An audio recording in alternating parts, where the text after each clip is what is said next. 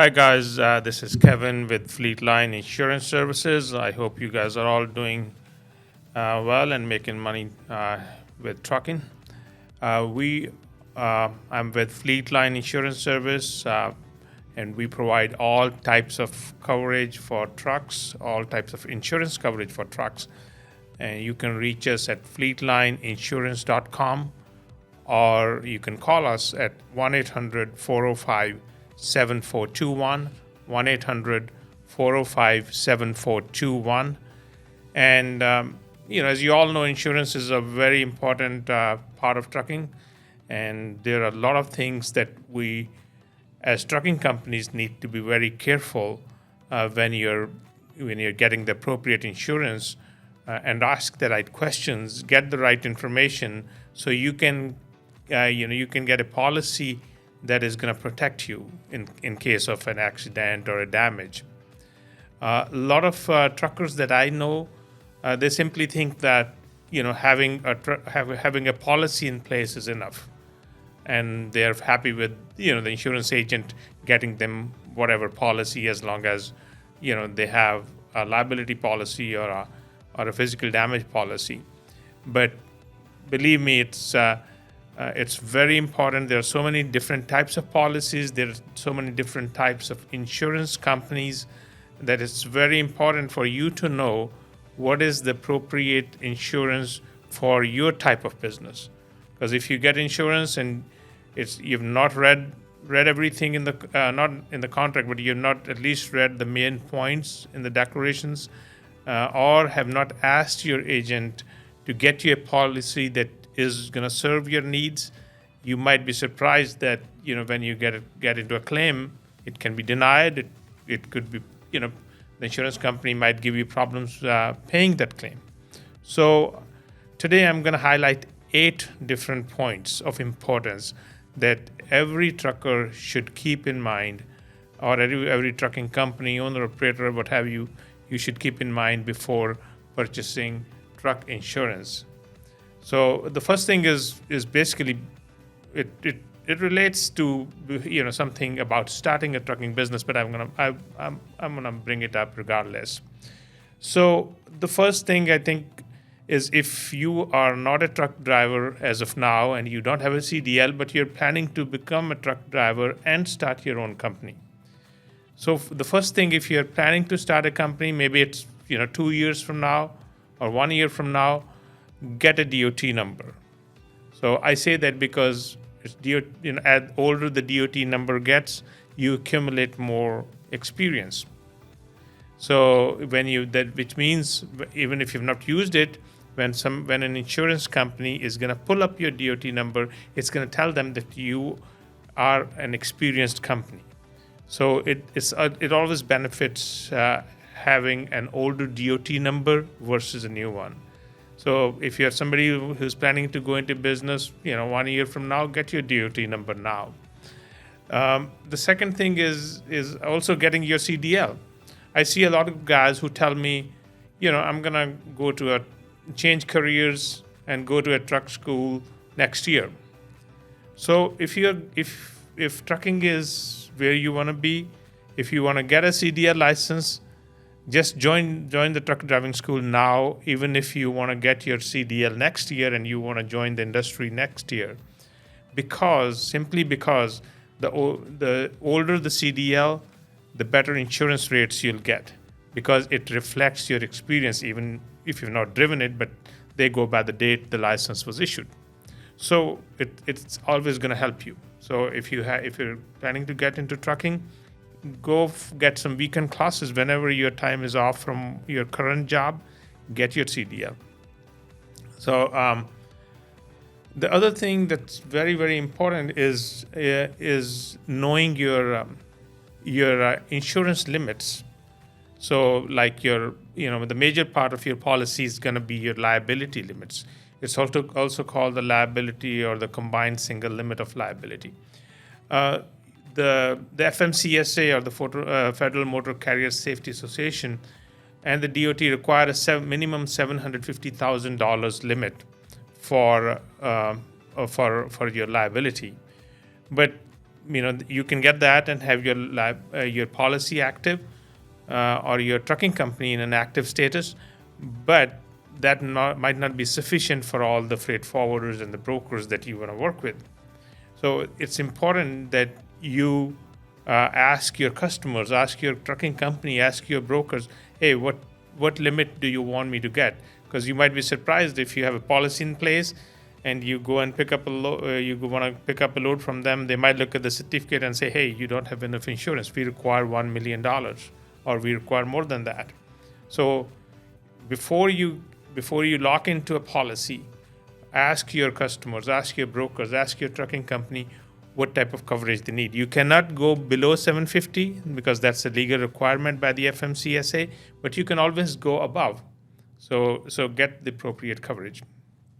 The other thing is your radius limitation. So a lot of guys get insurance policy and they tell the insurance agent, hey, I'm going to be driving within California, and 2 months down the road, they find it not to be profitable, or they find a better opportunity for interstate. They don't disclose it to their insurance agents and pick up a load and go to New York. Now, that's something you need to understand as a trucker, is that your policy is gonna only cover what's written in the policy. So if your policy is for California only, it's an intrastate policy, and you pick up a load going to New York and you have an accident on the way, get damaged, insurance company will flatly refuse to cover you because the policy was for intrastate only. So if you drive long haul, if you drive 11 western states, you drive 48 states, you do California only, or within California, if you do dump trucks, if you do containers, you need to tell your insurance broker or agent exactly what you do.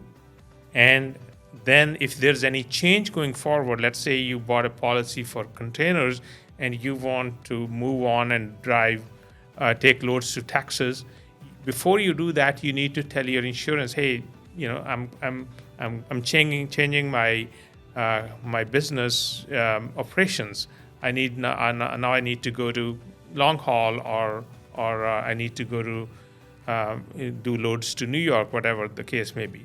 So the insurance agent will then call your insurance company and make the appropriate change. And if once the change is done, you need to have a document as an evidence with you before you pick up the load, just to make sure that you're covered.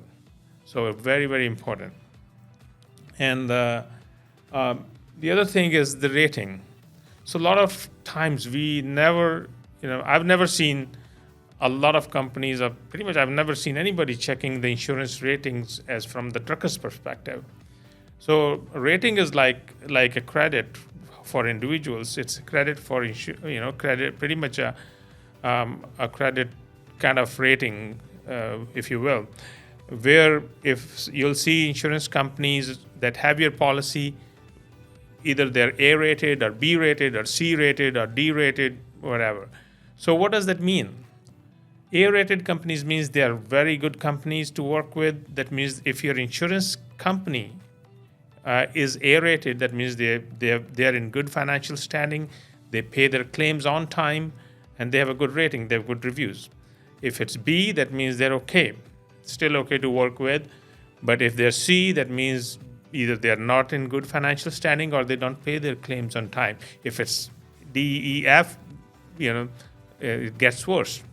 So you want to get an insurance company, you want to get a policy from an insurance company, even if it's a little expensive, you want to go with a company that's A-rated or B-rated at least. So this is something you need to tell your insurance agent, hey, I want to go with only A or B-rated companies. So that protects you, that protects your business.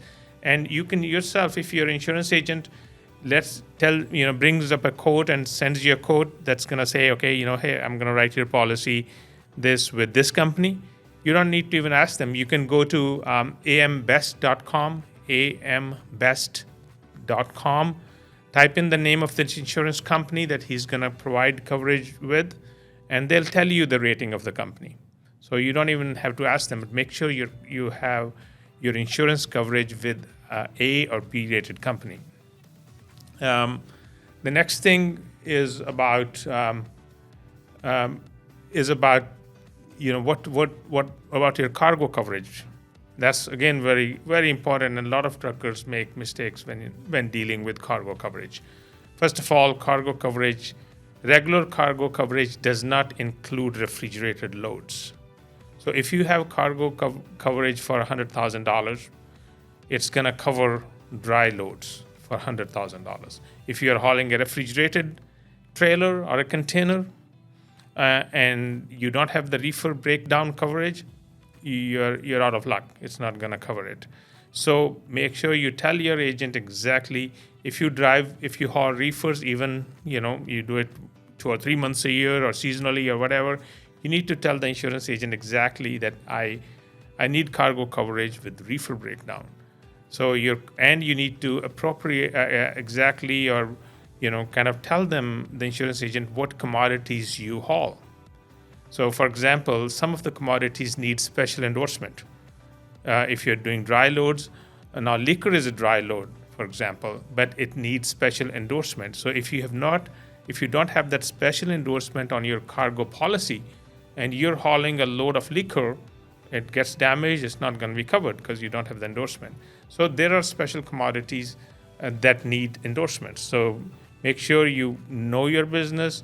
You should know what commodities do you normally haul, and you disclose them to the insurance agent. Don't hide anything, because the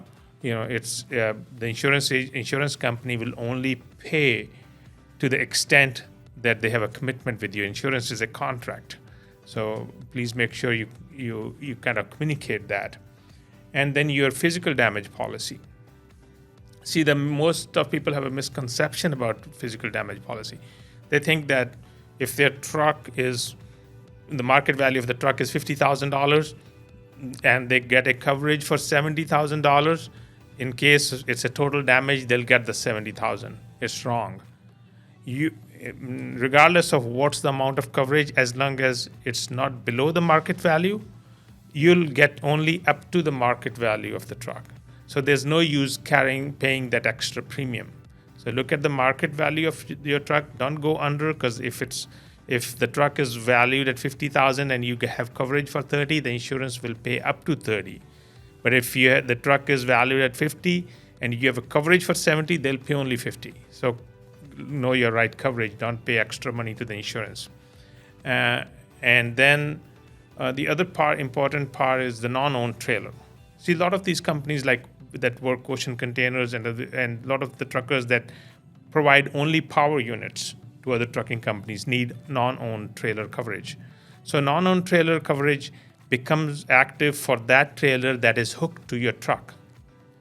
So you need to make sure, ask your trucking company, ask your broker, what is the value of the trailer that you need?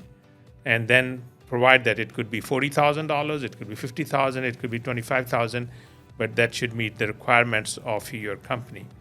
So non-owned trailer coverage. And please make sure that you understand that non-owned trailer coverage only applies to the containers or the trailers that are hooked to your truck.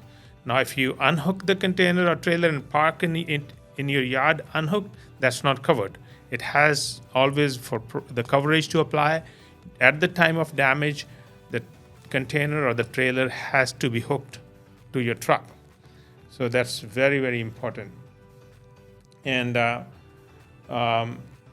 then the other thing is, once your coverage is active, don't kind of simply assume that if you have 2 trucks now, and during the time of the life of the policy you want to buy 3 more trucks.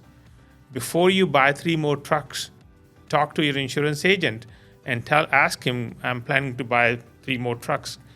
Will my insurance company cover the trucks? Because a lot of times the insurance policies would not allow you to expand that fast.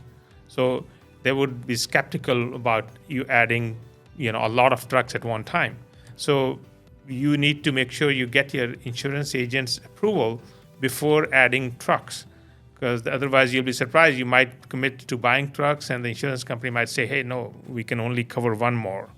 So check with the insurance company. Similarly with the drivers, You want to make sure before you add a driver, you read your policy and know what's your driver age limit, experience requirement, and then add the driver. And before you kind of put the driver on the truck, send a copy of his driver's license or his driver's license number to your insurance agent and ask them if he would be approved. If he's not approved, don't hire them because he won't be covered. So those are the important things. I hope this video helps you. If it does, please like and subscribe, and I'll keep posting new information about insurance and about trucking. And for more information, go to fleetlineinsurance.com and check out our website, fill out a contact form. If your insurance is coming up for renewal or you need to shop for new coverage, please give us a call. We provide 24/7 coverage, 24/7 customer service. Our phones are always active. Whether you need a certificate of ours or you need to file a claim, you'll always find a live person here. We are very committed to our clients. We provide very competitive, best-rated companies, and we make sure that you're always covered when you're with us. You can call us at 1-800-405-7421. 1-800-405-7421. Thank you.